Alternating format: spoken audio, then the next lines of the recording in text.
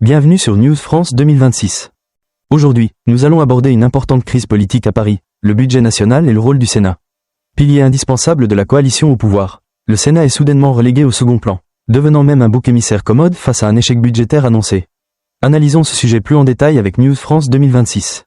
Je perçois cette situation comme un effondrement politique calculé, où le Sénat, jadis pilier indispensable de la coalition au pouvoir sous Michel Barnier puis François Bayrou, est soudainement marginalisé, devenant même le bouc émissaire d'un échec dont la cause profonde réside dans la stratégie du gouvernement actuel dirigé par Sébastien Lecornu.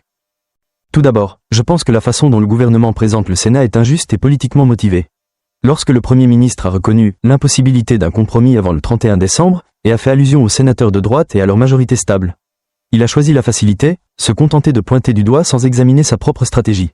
L'effondrement de la CMP, commission mixte clé en quelques minutes seulement, ne peut s'expliquer uniquement par le manque de bonne volonté du Sénat. Un tel échec est généralement le signe qu'un compromis avait déjà cessé d'exister. Je vois aussi clairement le rôle de Sébastien Lecornu dans le déclenchement du conflit. En s'alignant sur la gauche, et notamment en faisant une concession majeure au Parti socialiste avec la suspension temporaire de la réforme des retraites. Il a franchi une ligne rouge pour le Sénat et son président. Gérard Larcher, pour le Sénat, la réforme des retraites n'est pas qu'une simple disposition budgétaire, mais un symbole de rigueur budgétaire et de responsabilité à long terme.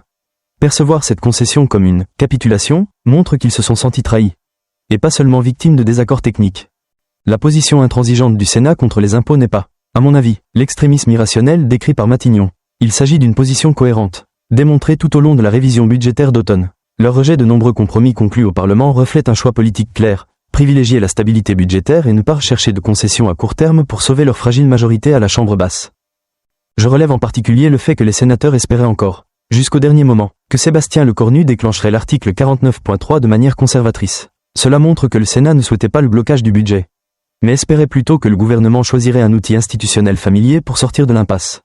Or, Lecornu a opté pour une autre voie, concentrer les négociations avec les députés. Car il comprenait que seul le Parlement avait le pouvoir de renverser le gouvernement. C'était une lutte de pouvoir froide et calculée, dont le prix fut la perte du rôle du Sénat. Les réactions acerbes de Bruno Retailleau, ainsi que de Mathieu Darnaud et d'Hervé Marseille, n'étaient, à mon avis, pas de simples protestations. Ces avertissements annonçaient une rupture de confiance. Lorsque Jean-François Husson a souligné que 259 articles sur 263 avaient été adoptés, j'ai trouvé cet argument très convaincant. Le Sénat n'avait pas saboté le budget, il avait travaillé avec sérieux et responsabilité. Le problème résidait dans quelques points à forte connotation politique que le gouvernement ne souhaitait plus défendre, ou qu'il ne pouvait plus défendre. Le détail des négociations en coulisses m'a particulièrement inquiété. Si, comme l'affirme le négociateur en chef de droite, Matignon n'a eu aucun contact, alors cet échec était presque certainement prémédité. Dans ce cas, rejeter la faute sur le Sénat est inacceptable. Comme l'a déclaré Emmanuel Capus, du parti Horizon, les rôles institutionnels sont inversés. En fin de compte, je crois que l'aspect le plus marquant n'est pas l'échec du budget 2026, mais le changement de position du Sénat. Il y a à peine un an, il était au cœur du pouvoir législatif, adoptant de nombreuses lois importantes et influençant même le budget 2025 par le biais de l'article 49.3. 12 mois plus tard, des centaines d'heures de travail au Sénat sont devenues vaines. Pour moi, c'est un signe clair de restructuration de la coalition gouvernementale, où le Sénat n'est plus un partenaire stratégique, mais une simple variable sacrifiable aux besoins. Et c'est précisément la grande question qui reste sans réponse après cet échec budgétaire. Lorsque le Sénat, jadis un pilier du pouvoir, est marginalisé et désigné comme bouc émissaire, cela témoigne non seulement d'une crise budgétaire, mais aussi d'une profonde fracture dans l'exercice du pouvoir en France. Merci d'avoir suivi News France 2026. N'hésitez pas à partager vos réflexions et à bientôt pour une nouvelle analyse.